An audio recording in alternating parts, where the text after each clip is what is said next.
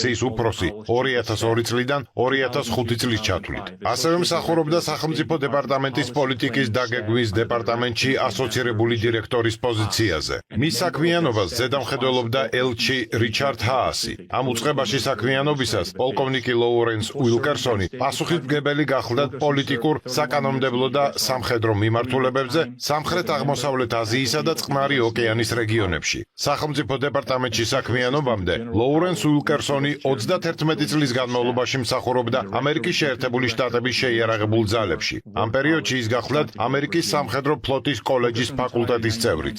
ამ დროსვე პოლკოვნიკი უილკერსონი მსახურობდა გენერალი კოლინ პაუელის საგანგებო თანაშემწედ, როდესაც გენერალი პაუელი შეიარაღებული ძალების გაერთიანებული შტაბის უფროსი იყო. პოლკოვნიკი ლოურენს უილკერსონი მსახურობდა დირექტორისა და დირექტორის მოადგილის პოზიციებზე ვირჯინიაში, უანტეკოში მდებარე საზღვაო ქვეითთა სამხედრო კოლეჯშიც. 1997 წელს თადარიგში გასვლის შემდეგ ის იწყებს გენერალ კოლინ პაუელის მრჩევლად საქმიანობას. ასევე ჯორჯ ვაშინგტონის უნივერსიტეტში ის კითხულობდა ლექციებს ეროვნული უსაფრთხოების საკითხებზე. ამჟამად ბატონი ლოურენს უილკინსონი ჯორჯ ბუში უმცროსის პირველი ადმინისტრაციის შესახებ წიგნს წერს. პოლკოვნიკო, მოგესალმებით იმედის ეთერში. დიდი მადლობა, მიხარია თქვენთან სტუმრობა. დიდი პატივია თქვენთან საუბარი. პოლკოვნიკო, თქვენ ნებართვით მე საუბარს დავიწყებ კომპანია გალოპის მიერ ჩატარებული გამოკითხვის შესახებ საუბრით, რომლის მიხედვითაც უკრაინელთა 52% ემხრობა მოსკოვთან მოლაპარაკებების დაწყებას. ეს ომი უკრაინისთვის უდიდესი ტრაგედია გამოდგა. ომი ისე არ წარიმართა, როგორც ამას ზოგიერთი წარმოიდგენდა, როგორც ეს აქმული იყო თავისუფალ სამყაროში. სანამ უკრაინასთან დაკავშირებით გითხავთ, სურს უფრო ზოგადი შეკითხვა დაგისვათ. ამჟამად ამერიკის შეერთებული შტატების შიდა პოლიტიკური ცვლილებების, დონალდ ტრამპის დაბრუნების და ხელმეორედ გაპრეზიდენტების თაობაზე. მე ხშირად მithქვამს, რომ ტრამპის დაბრუნება თეთრ სახლში ტრიუმფალური იყო. როგორც წესი, ახალ პრეზიდენტს უკავშირდება ახალი იმედი. რას ფიქრობთ დონალდ ტრამპისა და მისი საგარეო პოლიტიკის შესახებ? ეს ძალიან რთული შეკითხვაა. მე ამ შეკითხვას 2016 წლამდეც მისვამდნენ და 2016 წლის შემდეგაც. არ ვარ დარწმუნებული, რომ ერთხელ მაინც გავეცი სწორი პასუხი. ვინაიდან ის საკმაოდ არაპროგნოზირებადი პიროვნებაა. ვიტყოდი, ის განსხვავებული ფენომენია. შესაძლოა ჩვენი სახელმწიფოს დაარსების დღიდან მოყოლებული ჩვენ ყოლია რამდენიმე უცნაური ადამიანი მეთაურთა რიგებში, მაგრამ ტრამპი ალბათ მათ შორის ყველაზე უცნაურია და მე ამ ტერმინს დიდი სიფრთხილით ვიყენებ, რადგან ამას გულით ვამბობ. რაც შეეხება ჩემს კომენტარს, ჩემი პასუხი ტრამპის შესახებ დღევანდელობიდან გამომდინარე შეიძლება გამოდგეს როგორც რაციონალური, ზუსტიც კი გარკვეული თვალსაზრისით. თუმცა ხვალ მოცემულობა შეიძლება შეიცვალოს და პასუხი ჟღერდეს როგორც წარმოუდგენლად მცდარი. მაგრამ მაინც მე იმედი მაქვს, რომ ის შეასრულებს დანაპირებს და უკრაინაში მიმდინარე ომს დაასრულებს. საჭიროა ცეცხლის შეწყვეტა, მოლაპარაკებები და თანმდევი სამშვიდობო ხელშეკრულება, მით უმეტეს, როდესაც ვხედავთ თუ როგორც ცდილობს პრეზიდენტი ბაიდენი ტრამპს ხელი შეუშალოს. არ ვიცი ეს ბაიდენს რამდენად გამოუვა. ისიც უნდა გავითვალისწინოთ და გვახსოვდეს, რომ ტრამპის გუნდში არიან ადამიანები, მარკო რუბიო მაგალითად, სახელმწიფო დეპარტამენტის მდივნობის კანდიდატი, თავდაცვის დეპარტამენტის მდივნობის კანდიდატი პიტ ჰექსეთი. ამ ხალხს უკრაინაში ომის შეჩერება არ სურთ.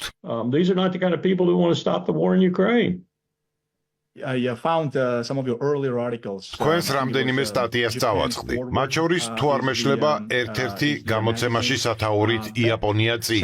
ეს შედარებით ძველი მასალაა. რამდენიმე წლის წინანდელი და ამ სტატიაში თქვენ აცხადებდით, რომ ნატოს გაფართოება დიდი შეცდომა იყო. საუბარი ეხება კლინტონის ადმინისტრაციის მიერ წარმოებულ პოლიტიკას კრემლის მიმართ 90-იან წლებში. თქვენ ასევე საუბრობთ ბუშის ადმინისტრაციის მიერ დაშვებულ შეცდომებზეც. ამ დროს არ შეიძლება არ ვახსენოთ 2008 წლის ტრაგედია საქართველოში, როდესაც რუსეთი ქვეყანაში სწორედ ნატოს გაფართოებასთან დაკავშირებული უთანხმოების მიზეზით შეიჭრა. თუ შეიძლება გითხრათ რამდენიმე სიტყვა თქვენ შეხედულებებზე ნატოს გაფართოების დეტალებზე და მის ფორმაზე. Yes, without doubt, my views haven't changed. They've დიახ, strengthened. მე მოსაზრება არ შემიცვლია. კიდევ უფრო მეტად დავწმუნდი ჩემს მოსაზრებაში. თქვენი ნებართვით მსურს დავიმოწმო სამი ადამიანი, ვისაც მე უდიდეს პატივს ვცემდი. ესენია ჰენრი კისინჯერი, ჯორჯ კენანი და ბრენდ სკოუფროფტი. კენანი 99 წლის იყო, როდესაც სამივე ეს პირი 2004 წელს კოლინ პაუელთან სასაუბროდ შეიკრიბა სახელმწიფო დეპარტამენტში. სამივე მათგანმა განაცხადა, მართალია სხვადასხვა ფორმით, რომ ამერიკის იმპერიის უდიდესი სტრატეგიული შეცდომა 21 საუკუნეში ნატოს გაფართოება გახდათ. 3-დან 2 კი აცხადებდა, რომ 2003 წლის ერაყის ომი რიგით მეორე საბედისწერო შეცდომა გახდათ. მე მათ ვეთანხმები, ჩემი აზრით, ბილ კლინტონმა ძალიან ცუდი სამსახური გაუწია სამშობლოს სამხედრო კონტრაქტების ხარჯზე. მან კონგრესში საგანგებო კომიტეტი შექმნა სამხედრო კონტრაქტორების მონაწილეობით. მათ შორის იყო კომპანია Lockheed Martin, რომელმაც თავისთავად რეკომენდაცია გაუწია, მაგალითად ვარშავასთვის F-16-ების მიყიდვას. მე აზრი არ შემიცვლია, ნატოს გაფართოება ტრაგიკული შეცდომა იყო. სწორედ ასე აორთქლდა ის ეუფორია, რომელიც სუფევდა მაშინ, როდესაც შევარდნაძემ, ბეიკერმა, გორბაჩოვმა, კოლმა, მიტერანმა და სხვა მსხვილ სახელმწიფოთა ლიდერებმა შეძლეს თანამშრომლობა როგორც ათასობით ბირთვული ქობენის განადგურებისთვის, ასევე ევროპაში საზრიანი მშვიდობისთვის, რომელიც რუსეთსაც მოიაზრებდა. თავდაპირველად რუსეთი ნატოს დამკვირვებელი სახელმწიფოს სტატუსით უნდა შეერთებოდა. შემდეგ კი ალიანსის სრულფასოვან წევრად. ახლა კი მიმოიხედეთ სად ვართ, ძალიან შორს და ევროპისა და ჩვენი რეპუტაციის დაზიანების ხარჯზე. დაუმატეთ ამას ღაზაში მიმდინარე მოვლენები და ვიტყოდი, რომ ჩვენი რეპუტაცია საერთოდ გამქრალია. Gaza, and I would say we have no reputation left. See, these insights are so important. თქვენს მიერ ნახსენები ეს დაკვირვება ძალიან მნიშვნელოვანია. ეს საკითხები ფონად გაზდევს მოვლენებს, მაგრამ თქვენსავით მამაცი პირი თუ ბედავს დღევანდელ დღეს საჯაროდ ამ საკითხებთან დაკავშირებით საუბარს. როდესაც ვახსენე, რომ ეს საკითხები ფონად გაზდევს მოვლენებს, დავამატებდი, რომ ხდებოდა ამ საკითხების მიზანმიმართულად ნეოკონსერვატიული, ნეოლიბერალური, ინტერნაციონალისტური ნარატივების მიღმა დამალვა. ამ ნარატივის ხერხლად იქცა საქართველოც. თუ ჩვენ ვაანალიზებთ იმ მოვლენებს, რომლებიც ფონად გაზდევდა ვითარებას, მივხვდებით, რომ არაფერი ჯდებოდა ლოგიკურ ჩარჩოებში, არც გეოპოლიტიკურ ჩარჩოებში. საქართველო 2008 წელს ერთ-ერთი პირველი მსხვერპლი იყო ამ ნარატივის. შემდეგ ვიხილეთ უკრაინაში მოვლენები 2014 წელს და 2022 წელს. ეს 2000-იანი წლებიდან მოყოლებული ნაცნობი სცენარია, რომელსაც მივყავართ დღეს უკრაინაში მიმდინარე ტრაგიკულ მოვლენებამდე. ასე რომ დიახ, ჯორჯ კენანისა და გნებავთ უფრო შედარებით თანამედროვე ანალიტიკოსების, მაგალითად ბილ პერის მოსაზრებებს მოვიშველიებდი, რომლის თანახმადაც რუსეთისთვის ყველაზე კაშკაშა წითელი ხაზი სწორედ ნატოს გაფართოებაა. შეიძლება ზუსტ ციტირებას არ ვახდენ, მაგრამ ის ასევე ეწინააღმდეგებოდა ნატოს გაფართოებას. He was also against it. And yet I took my Marine Corps war საზღვაო ქვეითთა კოლეჯში ყოფნისას მე სემინარების ფარგლებში მქონდა ბილ პერისთან საუბრის სამი შესაძლებლობა. ერთ-ერთი სემინარისას ის რუსეთიდან ახალი დაბრუნებული იყო და ის მოსკოვთან ურთიერთობების დინამიკით ძალიან გულდაწყვეტილი იყო. ბილ პერი კოლინ პაუელის მსგავსად ფიქრობდა, რომ ახალი მსოფლიო იბადებოდა და კონკრეტული ძალები ამის შეჩერებას ცდილობენ. Stop that birth in its tracks. Yes. And some of these sort of adults in the room, if you ბევრ ადამიანს დიდი პატივისცემა ამოძრავებს ბობ გეიტსის მიმართაც. ის ყოველთვის ამბობდა, რომ ეს გამოწვევა წამოყოფდა თავს. საქართველოში ზოგი პოლიტიკური ძალის გაძლიერება იმ პერიოდში პრობლემა იქნებოდა და ბატონ გეიტს ბუშის ადმინისტრაციაში მუშაობისას ეს ხშირად უთქვამს. მაყურებელს ვეთქვი, რომ ბობ გეიტსი იყო თავდაცვის დეპარტამენტის მდივანი როგორც დემოკრატიული, ასევე რესპუბლიკური ადმინისტრაციის პირობებში. ეს იდეოლოგია, ეს ნარატივები, რომლებიც არც თუ ისე დიდი პასუხისმგებლობით იქნა გატარებული, გახდა იმ შედეგის მომტანი, რომელსაც ვხედავთ. თქვენი ნებართვით, რომ დაუბრუნდეთ დონალდ ტრამპს. დონალდ ტრამპი ინსტინქტურად, ინდივიდუალურ დონეზე არ გახლავთ ომს მოწყურებული. ის არ არის ის, ვისაც სურს ლიბერალური ჰეგემონიის ზურგის ქარი. ტრამპი გახლავთ ტრანზაქციული, პრაგმატული, მაგრამ ამავე დროს ვხედავთ, რომ ის გარშემორტყმულია ნეოკონსერვატიული ისტაბლიშმენტით. თქვენ ახსენეთ მარკო რუბიო. რამდენად შეუძლია ტრამპს იყოს მოქნილი ამ ფრონტზე. გულისხმობ უკრაინას. რაც შეეხება ჩინეთსა და ახლო აღმოსავლეთს, მიმაჩნია, რომ ის გააგრძელებს ამ რეგიონებში ძველი საგარეო პოლიტიკის გატარებას. I think you're right there.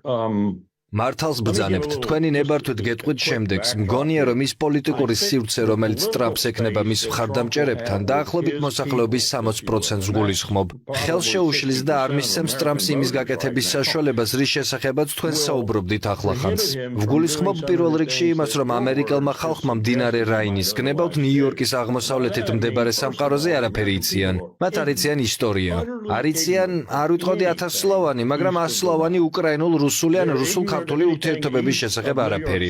ჩემმა ერთმა ნაცნობმა ინდონეზიელმა ჩინეთი როგორც მისი ქვეყნის ზურგზე შემომჯდარი მონსტრი ისე დაახასიათა. იმ პერიოდში ინდონეზიას ჩინეთთან პრობლემები ჰქონდა. თორემ როგორც წესი იქ ასე არ საუბრობენ და არც უნდა ისაუბრო ასე, ვინაიდან ეს მეზობელ სახელმწიფოს ეხება. ზოგადად შეუძლებელია გეოგრაფიისგან თავის დაღწევა. კუბელმა რიკარდო ალარკონმა პარლამენტის თავმჯდომარეობისას ერთხელ მითხრა, რომ კუბას პრობლემა გახლდათ ის, რომ ქვეყანა ასე შორს იყო ღმერთისგან და ასე ახლოს ამერიკასთან. არავინ საუბრობს იმაზე, თუ როგორ ეპყრობა ვაშინგტონი კუბას, მაგრამ ჩვენ ბევრს საუბრობთ, თუ როგორ ეპყრობიან საქართველოს ან უკრაინას. ჩვენ არ გვაქვს ცოდნა და ეს აძლევს დონალდ ტრამპს მცირე საშუალებას, რომ იმოქმედოს ჩვეული ჩარჩოებიდან სულ ცოტათი განსხვავებულად. ეს ჩვეული ჩარჩო კი გულისხმობს ნეოკონსერვატიულ, ნეოლიბერალურ ეკონომიკურ ჩარჩოს. ტრამპი დიდი სიამოვნებით დაადგებოდა ამ განსხვავებულ გზას.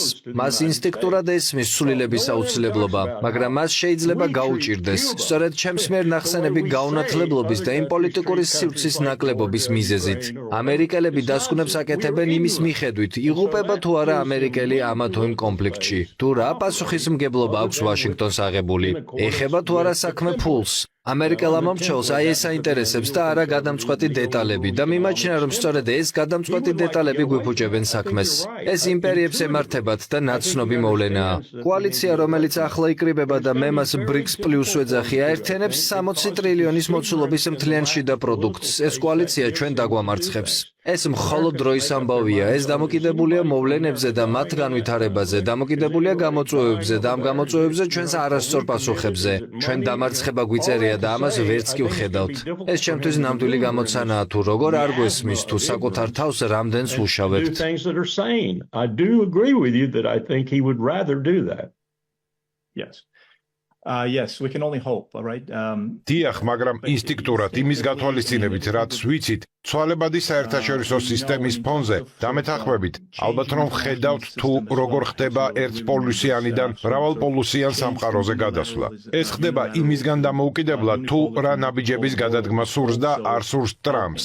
ამერიკის შეერთებული შტატების შედარებითი ძალა შემცირებულია. ჩინეთის აღზევება კი ყოველთვის წარმოადგენდა ვაშინგტონისთვის გამოწვევას. განსაკუთრებით კი ახლა, როდესაც რუსეთი რეგიონალური თვალსაზრისით მეტად გაძლიერებულია და აჩვენებს მზადყოფნას, რომ დაიცვას საკუთარი ეგრეთ წოდებული წითელი ხაზები. საბოლოო ჯამში ეს ვაშინგტონისთვის სერიოზულ გამოწვევებს ქმნის.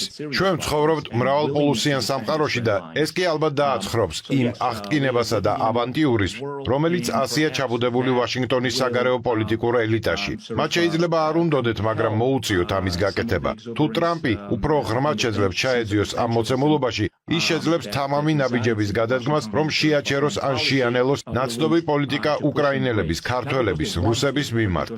ეს მისი ადმინისტრაციისთვის დიდი გამარჯვება იქნება. სურს გითხოთ ატაკამსების თაობაზე. ერთ-ერთი პირველი, რაც ვიფიქრე, როგორც კი შევიტყვე უკრაინისთვის შესაბამისი ნებართვის მიცემის თაობაზე, ვიეჭვე, ბაიდენი ამას ტრამპისთვის ცხოვრების გართულების მიზნით ხომ არ აკეთებს თქო. რას ფიქრობთ? What are your thoughts on that? I think it's definitely an attempt to encumber them. მიმაჩნია, რომ ბაიდენის მიზანი ტრამპისთვის ხელის შეშლაა. უკრაინა იყენებს ბრიტანული წარმოების სარაკეტო შეიარაღებასაც. მე ლონდონს ვაშინგტონის ფინიას ვეძახი. ეს სწორი შეფასება მგონია. ბრიტანეთი სულ მომწონდა, მაგრამ ბოლო დროს მათი შემხედვარად დავფიქრდი, საერთოდ უნდა გამიხარდეს თუ არა ბრიტანეთზე საუბარი. ისინი ჩვენ ფინიად იქცნენ. ჩვენს ყველა მოთხოვნას ასრულებენ. მგონია, რომ უკრაინისთვის შორმანძილზე მოქმედი სარაკეტო შეიარაღების გადაცემის საკითხი ცოტათი გაბუქებულია. ვლადიმირ პუტინმა და სერგეი ლავროვმა აჩვენეს, რომ რაციონალური მიდგომა აქვთ და იმედი მაქვს, ეს ასე იქნება მომავალშიც. ატაკამსის რადიუსი 300 კილომეტრია. ეს რუსეთის ზომის სახელმწიფოსთვის არაფერია, მაგრამ მათ ნამდვილად შეუძლია შეუძლიათ ეს ესკალაციაც შეაფასონ. ვინაიდან ეს უკვე სხვა მოცემულობაა. ყველა მიცის, მე ვიცი, რომ ამ შეიარაღების გამოყენების მიზნით აუცილებელია ამერიკული სატელიტების გამოყენება და ფრონტზე ამერიკული ჯარების ყოფნა. იგივე ეხება ბრიტანულ სარაკეტო შეიარაღებასაც და ნებისმიერ სხვა ამ სახის შეიარაღებას. ეს ნიშნავს, რომ ჩვენ ომში ჩავებით. პუტინი კი კატეგორიულია, რადგან საერთაშორისო სამართლისა და საომარი კანონზომიერების გნებავთ გაეროს ქარტიის 51 მუხლის გათვალისწინებით, მას საპასუხო დარტყმის უფლება აქვს. უფლება აქვს ნატოზე საპასუხო დარტყმის განხორციელების. თუ პუტინი მის ერთ-ერთ ჰიპერბგერით რაკეტას ლონდონს ესვრის, ეს საერთაშორისო სამართლის პრინციპებით ლეგიტიმური ნაბიჯი იქნება. არ ამგონია, რომ პუტინმა ეს ნაბიჯი გადადგას, ის არ აპირებს ბირთვული იარაღის გამოყენებას.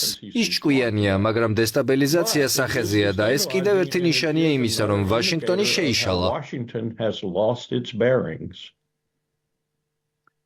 Yes, this universalist view. დიახ, დემოკრატიის იარაღისლულით გავრცელება, ღირებულებებზე დაფუძნებული ნორმატიული საგარეო პოლიტიკა საპირისპირო შედეგის მომტანი გამოდგა. საქართველოს მაგალითს რომ დავუბრუნდეთ, ამერიკის ნორმატიულმა საგარეო პოლიტიკამ გააძლიერა არასამთავრობო სექტორი საქართველოში. That has become extremely powerful. It's the CIA's latest tool. ეს ცენტრალური სადაზვერვო სააგენტოს ყველაზე თანამედროვე იარაღია. უმცროსი ბუშის ადმინისტრაციის დაახლოებით პირველ წელს გადაწყდა არასამთავრობო ორგანიზაციების ინფილტრაცია. ან მათთვის ისეთი მისიის დაკისრება, რომლის თაობაზეც შეიძლება მათ თავად არც იციან არაფერი. ეს მისიები კი დემოკრატიის წინსვლის სახელით იქმნება. Of course, freedom agenda and the democracy promotion. Yes. And what's been happening is that ეს არასამთავრობო ორგანიზაციები იმდენად ძლიერნი არიან, რომ მათ ქვეყნის რევოლუციის პირას მიყვანა შეუძლიათ. თქვენ ახსენეთ NGO სექტორი და ამერიკის დაზვერვა. ორგანიზაცია NED არ მახსოვს ამ ორგანიზაციის ყოფილი პრეზიდენტის სახელი.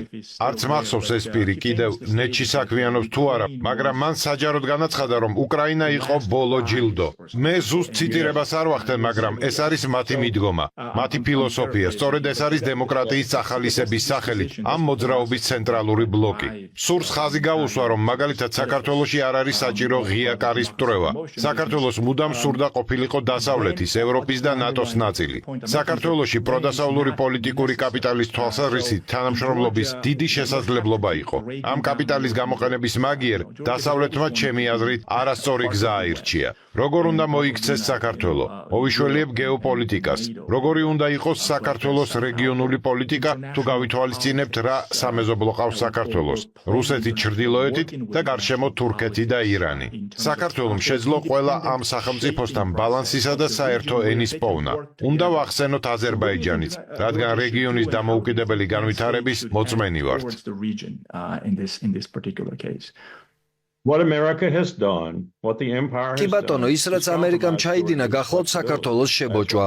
ვაშინგტონი ამას გააგრძელებს მანამ, სანამ ტრამპი გადაწყვეტს, ან სანამ ტულსი გაბარდი, თუ ვინც არ უნდა იყოს დაარწმუნებს ტრამპს, რომ ეს არ ღირს. საქართველომ ეს უნდა გაითვალისწინოს. როგორც თქვენ თქვით, ხმელთაშუა ზღვიდან ჩინეთამდე რეგიონი გამოცოცხლდა. 3000 წლის განმავლობაში ეს მსოფლიოს დომინანტი რეგიონი იყო. გვაქვს ურთიერთგაგების ენა რეგიონის უდიდეს ნაწილში, ეს კი ვაჭრობას ამარტივებს. მაგალითად, კასპიის ზღვის ფსკერზე 100 წლის ოდენობის მარაგებია მეთანის. მისი გამოყენება ღირს თუ არა სხვა საქმეა, მაგრამ ამ რესურსით შესაძლებელია რუსეთისა და ჩინეთის დაფინანსება ერთად. ეს გახლავთ დედამიწის დინამიური რეგიონი.